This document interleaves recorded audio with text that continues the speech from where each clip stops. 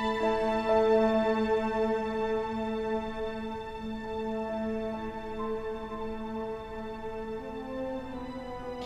postpartum depression ho ay tumutukoy sa panahon pagkatapos ng panganganak, kung saan nagaganap ang iba't ibang pagbabago sa pisikal at emosyonal na aspeto ng katawan ng babae.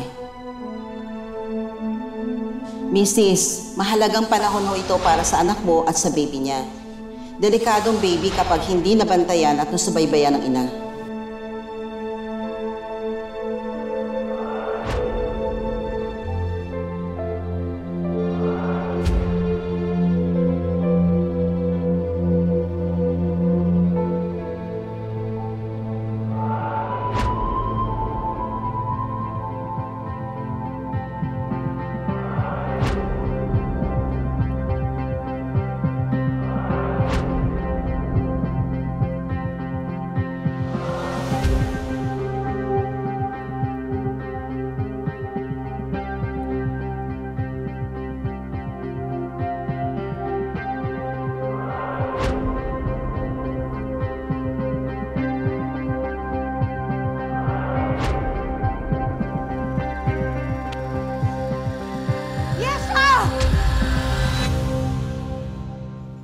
Sa National Institute of Mental Health. Pagkatapos daw manganak ng isang babae, bumababa ang kanyang tinatawag na estrogen hormones at naapektuhan ang kanyang pag-iisip. Madalas daw itong nagre-resulta sa mood swings o yung paiba-iba ng timpla at pag-uugali ng mga kapapanganak lang. Madalas mainit ang ulo o di kaya'y bigla na lang itong nag-uumiyak. Lalo na kung siya ay isang batang ina at ito'y una niyang baby. May iilang bagong ina na kinamumuhian ang kanilang anak at umaabot pa sa kanyang kagustuhang patayin nito. Saan kaya ito hahantong? Mapipigilan ba siya ng kanyang mga magulang? At nasaan nga ba kasi yung ama ng kanyang anak? Ang napakahalagang issue ng postpartum depression. Tatalakayin natin sa totoong kwento ng isang teenage mother dito sa aming episode na pinamagatang Don't Kill Your Baby, the Yesha Velasco story.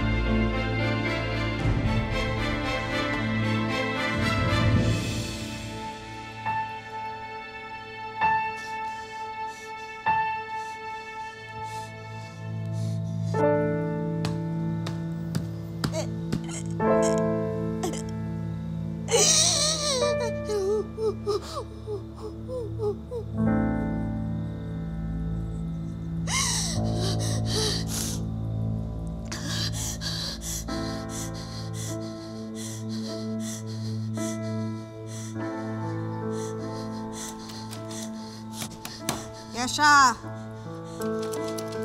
Bakit nilak mo to? Buksan mo nga! May kukunin ako dyan! Yesha! Yesha, ano ba? Yesha, buksan mo to!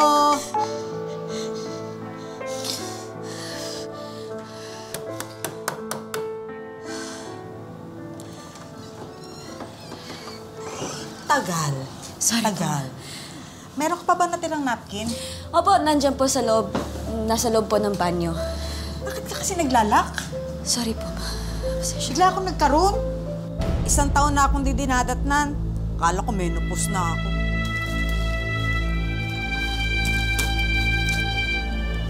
Ba't sarado pa to? Nung 1 buwan ko pa to binili ah. Hindi ka pa dinadatnan?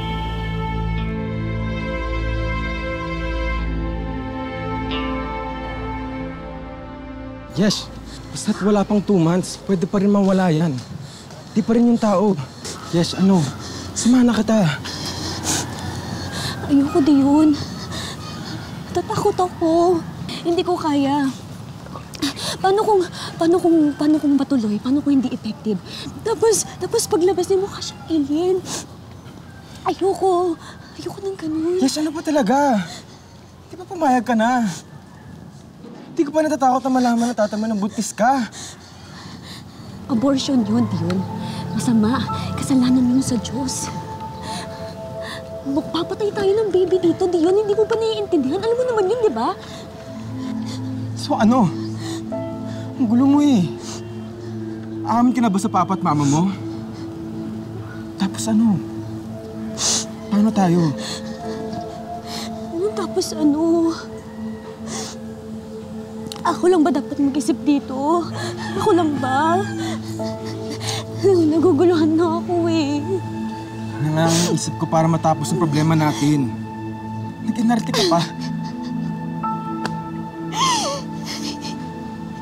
Hindi ako nag-iinarte, okay?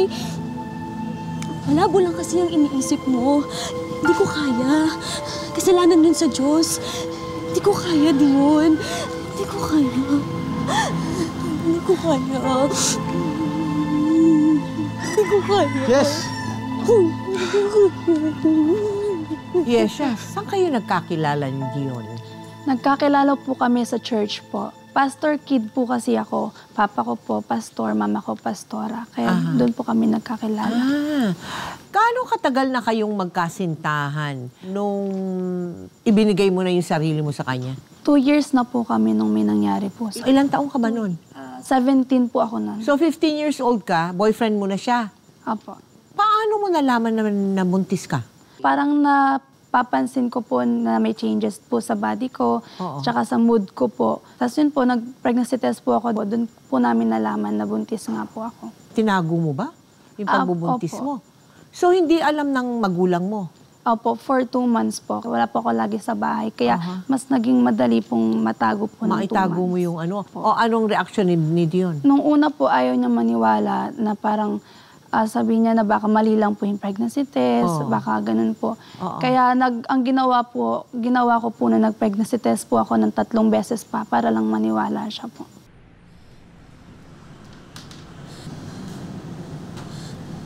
Konti parang hindi ka naglalalayas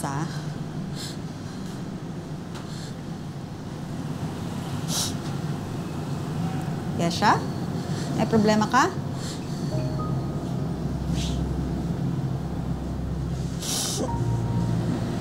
Ano? May nangyari sa school?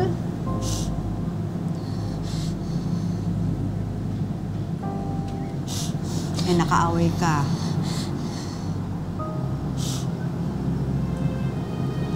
May masakit sa'yo?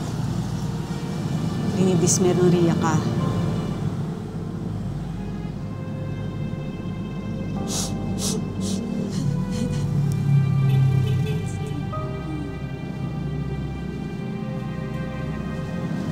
Ito naman kung makaiyak, para kang buntis. Imposible naman. Opo, ma. Buntis po ako. Nagbibiro lang ako.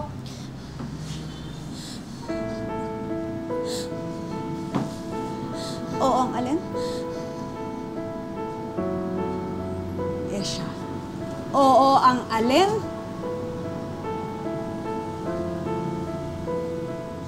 Buntis ka?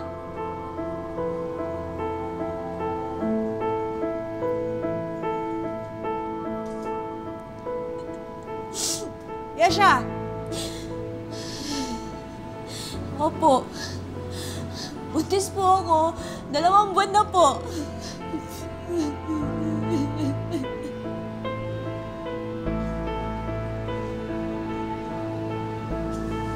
Kaya pala.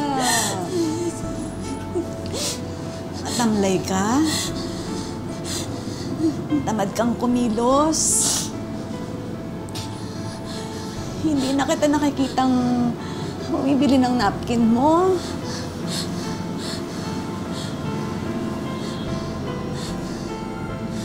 Buntis ka nga.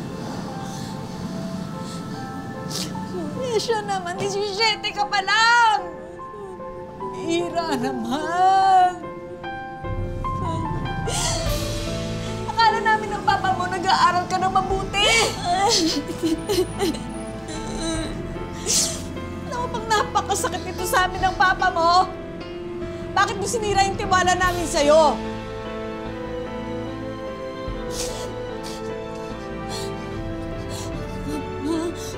Sorry po. Sorry, patawarin mo ako, please, Mami. Patawarin mo ako, marama. Hindi ko sinasagpo. Sino nakabuntis sa'yo? Sino? Napilitan si Yesha na ipakilala sa mga magulang ang ama ng kanyang dinadala. Alam ng kanyang mga magulang na walang kasiguruhan ang buhay ni Yesha at ang magiging apo nila sa lalaking napili nitong pakisamahan. Ano nga kamo trabaho mo? Minsan po, ma-extra ko kung sa mga trabaho na pwede kong makakita. Nag-aaral ka pa ba? Pumunto po muna ako. Inuna niya po kasi yung queen.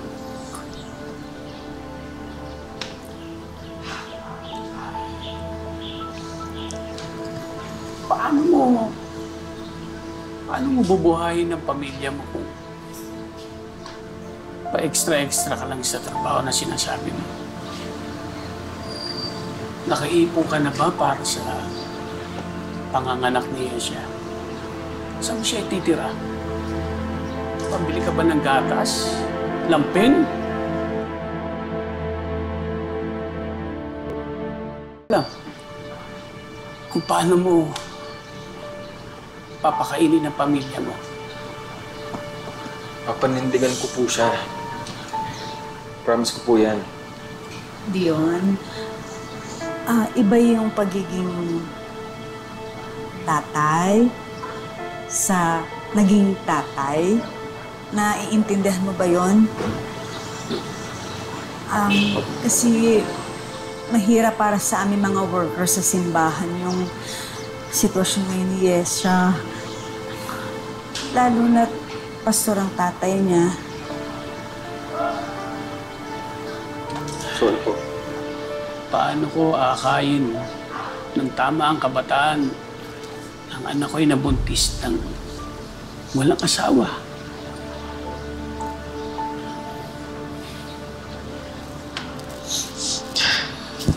Nandiyan na yan. Ano tayong magagawa? Bilang magulang ni Yesha, makikiusap ako, respeto na lang sa amin. Alagaan mo ang pamilya mo. Makakaasa ba kami? Opo, Pastor. Aalagaan ko po si Yesha at ang pamilya namin. Papanindigan ko po siya.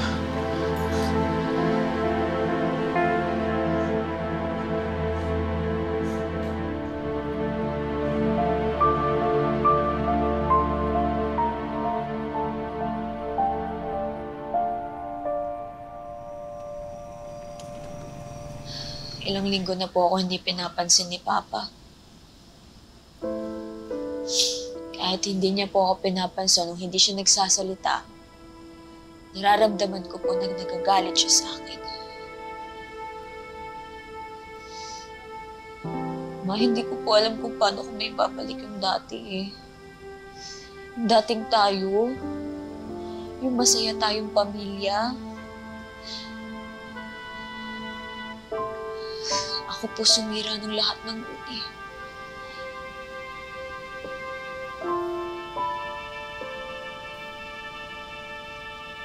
Napatawad ka na ng papa mo. Doon sigurado ako. Hayaan na lang muna natin siya. Kasi naman anak, pareho kaming hindi handa. Ang dami-dami naming mga pangarap para sa'yo. namin tapos ka, magkaroon ng magandang trabaho, tapos mapaghandaan mo yung maayos na buhay hanggang sa magkaroon ka ng sarili mong pamilya. Kaya lang, hindi yun ang nangyari. Pero dapat namin tanggapin dahil nagkakaanak ka na rin kahit batang-bata ka pa. Anak, masakit sa amin yun.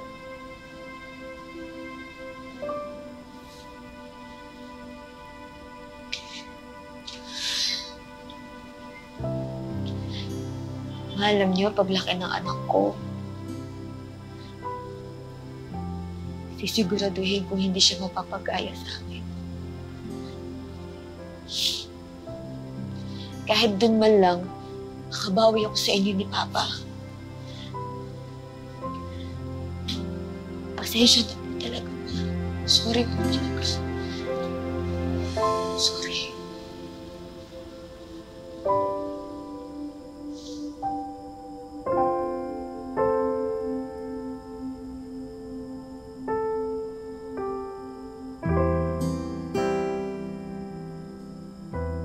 Anong madalas ninyong pag-awayan noon ni Dion? Yun nga po, yung pera po. Tsaka yung niya sa mga tropa niya po. Hindi nag-grow yung inyong pagmamahalan ni Dion. Bagkus, talagang nakita mo na yung katotohanan na hindi siya magiging mabuting ama. Parang hindi ko po nakikita yung sarili ko na makakasama ko siya hanggang pagtanda po. Paano ko nga masasagot yung tawag mo? Puyat nga ako kanina. Tapos pagising ko, inutusan na ako agad ni Mama. Paano ka nga kasi hindi mapupuyat? Ilaro ka ng laro sa cellphone mo buong gabi. Bakit ba? Kalaro ba kita? May CCTV ba kami? Anong pinagsasabi mo naglalaro ako? Pinagbibintangan mo na naman ako eh. Akala mo naman kasi hindi kita kilala. Ina-addict ka na nga dyan sa paglalaro mo eh. Pwede tumahimik ka na nga. Ang hirap sa'yo kahit mag-explain ako eh. Feeling mo konsensya kita. Aba, oo, konsensya mo nga ako. Kasi tignan mo, meron ka na dapat ipagtrabaho. 2 buwan na lang, lalabas na to. Aba, ano to? Nagkukunwa-kunwarian na lang tayo na may bata tayo? Mag-isip ka nga, Dion. Nakakapagod ka na eh. Bakit ba parang wala akong ginagawa? Ako ba na naman, Yesh? Ako lang ba mabubuo sa batang yan? Tapos ako may kasalanan? Oo naman. Tapos ako pa yung salbahing tatay. Ganun ba gusto mo?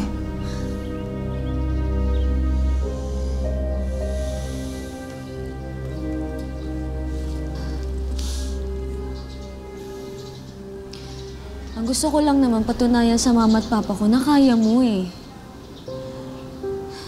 Pwede mo kaming alagaan ng anak ko. Yung hindi ka tamad. Yung hindi ka aasa sa kanila. Lalo-lalo sa mga parents mo. Masama ba ako? Tatay ka na eh. Nanay na rin ako. Masama ba yun? Sorry na. Pangin mo, love kita. Love ko kayo ni baby.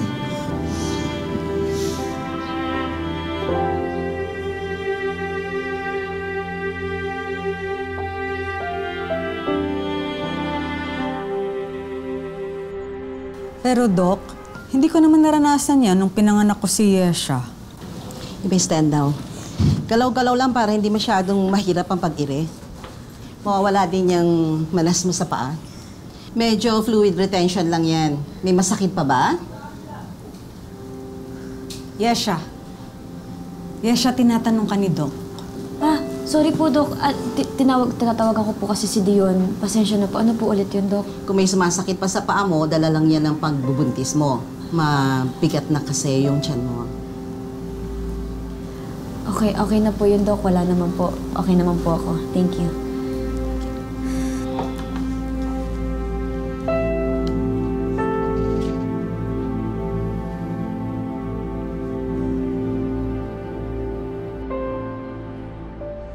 Uy, anak yan ni Pastor, di ba? Oo. Nung isang araw, pinag-uusapan siya sa church. Ang laki na pala ng tiyan, ano? Kinasal na ba? Paano ikakasal yan? Eh, kay bata-bata, nagpabuntis na. Kaya pala. Pinag-uusapan. Kaya nga eh. Kawawa naman si Pastor.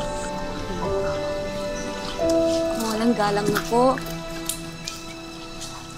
Tama naman po kayo na bata pa lang po ako, lumandi na at nagpabuntis na ako. Kasiraan nga naman po ako sa tatay kong pastor. Kahihiyan nga naman po ako sa pamilya namin. Meron pa po ba? Nakakahiya po kasi sa inyo eh. Ang linis niyo po. Halika na. Gusto nga tayo. Doon na nga tayo magpuntay na tricycle. Ikaw eh. Tuluyan na ngang nagkahiwalay sina Yesha at Dion pagkatapos ng marami nilang away bago pa man makapanganak si Yesha. Isinilang niya ang isang anak na lalaki na ang tanging kasama lang ay ang kanyang mga magulang. Wala nang kinagis ng ama ang kawawang sanggol.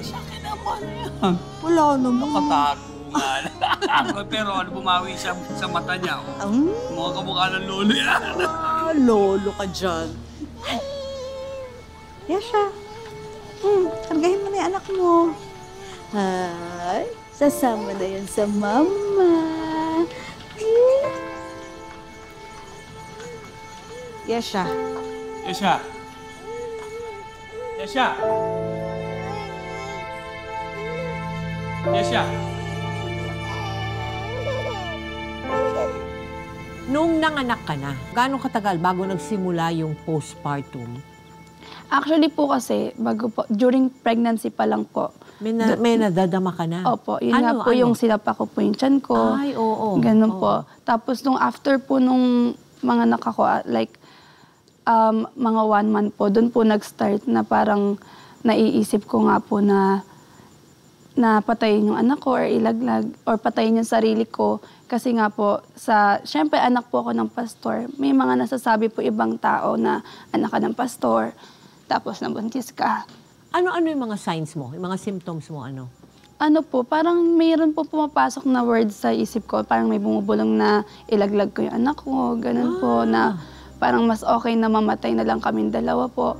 Tsaka mas, pag umiiyak siya, mabilis po akong pumitik na parang gusto ko siyang ihagis. Ganun po.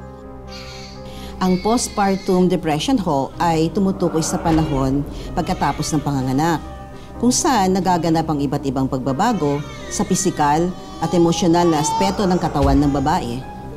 Mrs., mahalagang panahon ho ito para sa anak mo at sa baby niya. Delikadong baby kapag hindi nabantayan at nasubaybayan ng ina.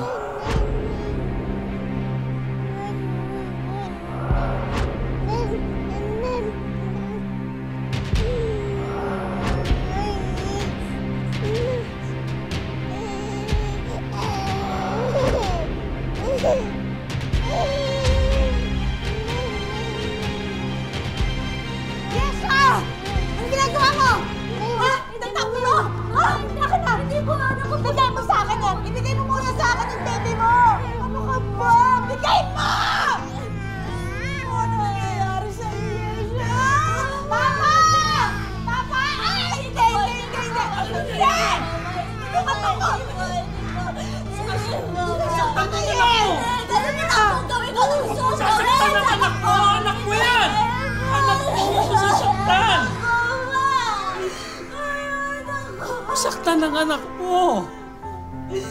Dahil niyo mawakan yung anak ko! Ma! Ma! Akin na yung anak ko, Ma! RC yung tinatawag na postpartum depression? Ang postpartum depression ay ito yung lungkot na naranasan ng isang nanay pagkatapos mag-deliver ng baby. Usually, mga about 2 weeks or more after the delivery. Why does it happen? It can be due to hormonal problems, ang pagbaba ng tinatawag natin na hormones ng pangbuntis. At ito ay pumupunta doon, Tita Mel, sa stage wherein yung matres ay magiging single, parang single again. So those are the things that the postpartum mother will feel. Sabi naman nung doktora, lilipas din yung postpartum niya na yan. Kaya babalik rin sa dati ang anak mo. Alagaan na lang natin at bantayan siya, ha? May awa ang Diyos. Gusto ko sisingin sa sarili ko.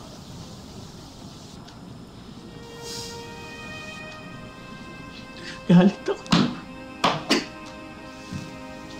Galit ako. Pero hindi sa anak natin, hindi sa sarili ko. Siguro,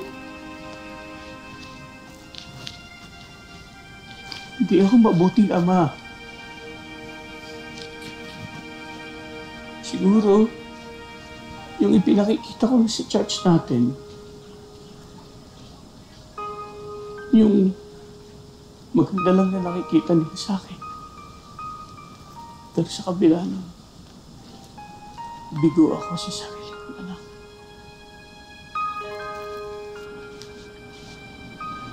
Yung hina ko sa Diyos.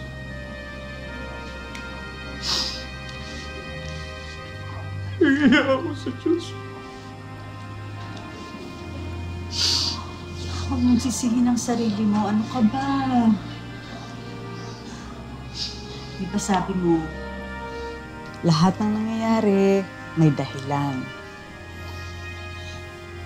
Tanggapin natin yung nangyari para mas maintindihan natin siya.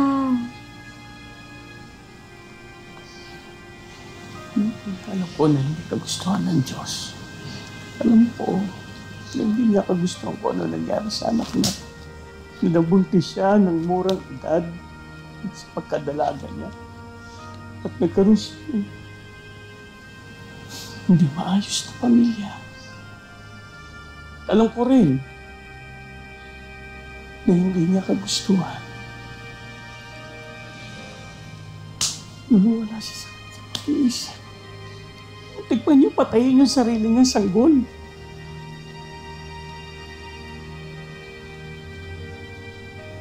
Pero susubukan niya tayo. Pero, nalulungkot ako tayo. Parang hindi ko na kaya, Ma. Parang hindi ko na kayang lumaban. Parang susuko na ako. Susuko na ako, Ma. Ikaw ang nagsabi na sa oras ng kahinaan at kung ano-ano mga nangyayari, anong gagawin? Magdadasal tayo. Magdasal tayo. Ha? Magdasal tayo.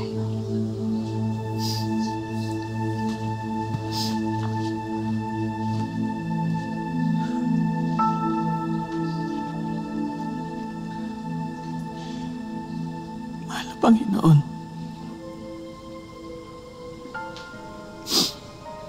tulungan niyo po ako. Tulungan niyo po kami. At alam po namin na alam niyo kung gaano kabigat ang dinadala ng pamilya namin. Lalo na po ang aming anak at ang aming apo. Bigyan niyo po ako ng katatagan para po mailaban ko sa hamon itong pamilyang ito. Mahal na Panginoon, alam po namin na kaya niyo po iwaksi ang lahat po ng kasamaan na mapasok sa aming anak. Tulungan niyo po kami, mahal na Panginoon, tanggalin ang puot at pait po sa puso ng aming anak. In Jesus' name. Mahal na Panginoon, mahal po namin ang aming anak at ang aming apo. Huwag niyo po kami pamapayaan. Alam po namin na nandiyan lang kayo, mahal na Panginoon. Salamat po. Lumipas pa ang ilang linggo na halos wala na sa kanyang sarili si Yesha dahil sa kanyang postpartum depression. Masakit man sa mga magulang na huwag muna ipahawak ang baby ni Yesha at huwag na huwag siyang maiiwang nag-iisa na kasama ang sanggol, ginawa pa rin ito ng kanyang mga magulang para matiyak na hindi masasaktan ang kanilang apo. Hanggang sa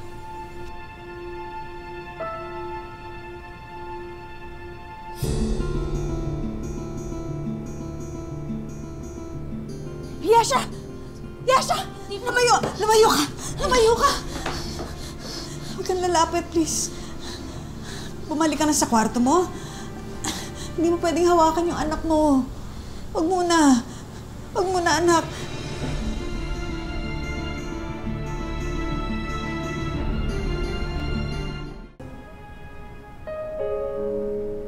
Yesha, ako na lang ang patayin mo. Huwag lang ang apo ko. Hindi. Hindi ko po sasaktan ang anak ko.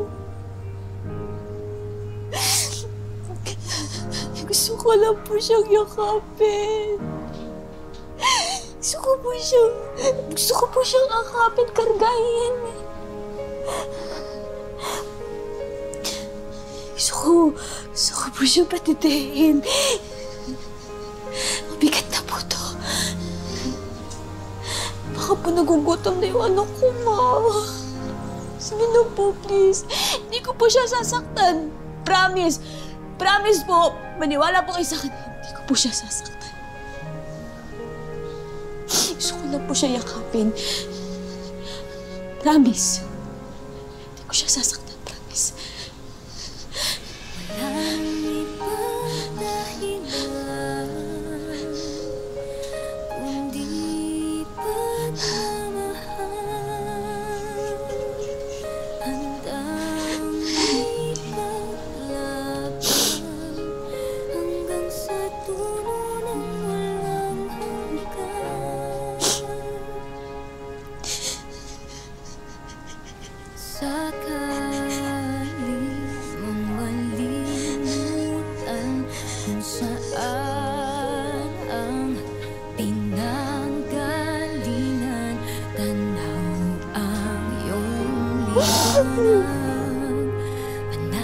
Paano humantong dun sa luminaw na rin ang pag-iisip mo at natanggap mo na yung sitwasyon at namahal mo na yung iyong anak?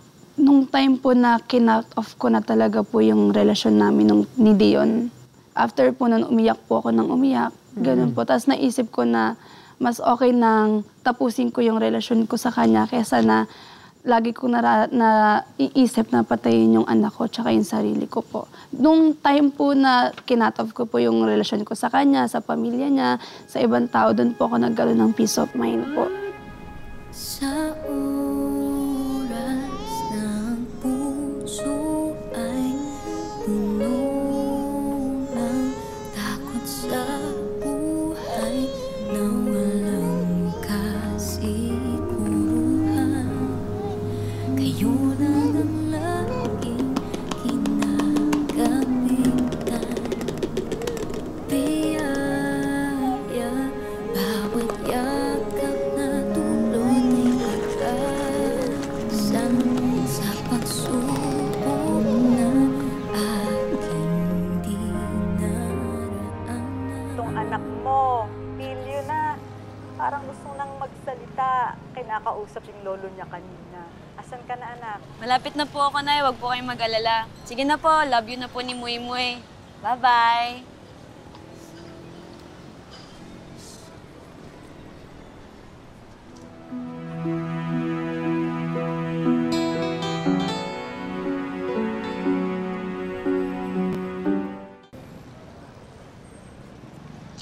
Yes, wait lang. Sandali lang. Basta ka na. Mabuti. Ito, nakabangon na. Si baby natin, kumusta na siya? Masaya siya. Sobrang saya niya. Kasama namin siya nila mama at papa. Tapos, pinapalaki namin siya sa pagmamahal namin. Yes. Gusto ko lang makita ang anak ko. Pwede ba? Pwede ba? Gusto ko lang maging tatay. Habang lumalaki siya, na sana makasama ko ang anak ko. Kayo? Makita, oo. Kasama, oo. Karapatan mo naman yun eh. Kasi ikaw ang tatay niya. Siguro, magpakalalaki ka munang harapin yung mga responsibilidad mo. Ako rin naman, ganun din naman ako. Nanay na ako eh. Parehas lang tayong dapat may matutunan at aralin. Pero sa ngayon, magkanya-kanya muna tayo. Harapin muna natin yung responsibilidad natin bilang tao. At itanong natin sa sarili natin kung kaya ba natin maging magulang sa anak natin. Excuse me. Ayesha!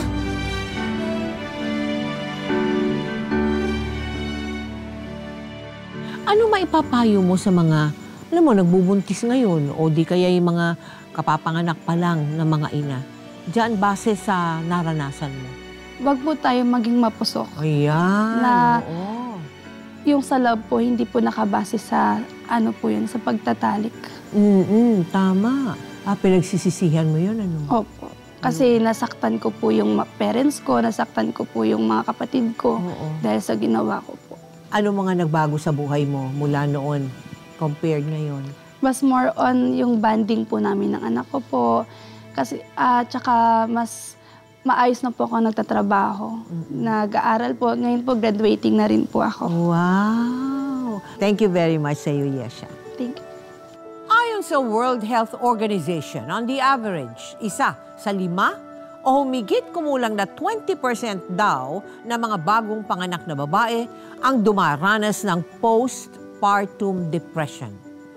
Ang aking paalala sa ating mga ka-millennials, lalo na mga kababaihan dyan, huwag ka maging marupok at huwag agad isuko ang bataan dahil may tinatawag na consequences o kahihinatnan ang maagang pag-engage sa sex, lalo na ang tinatawag na unsafe sex o yung walang proteksyon.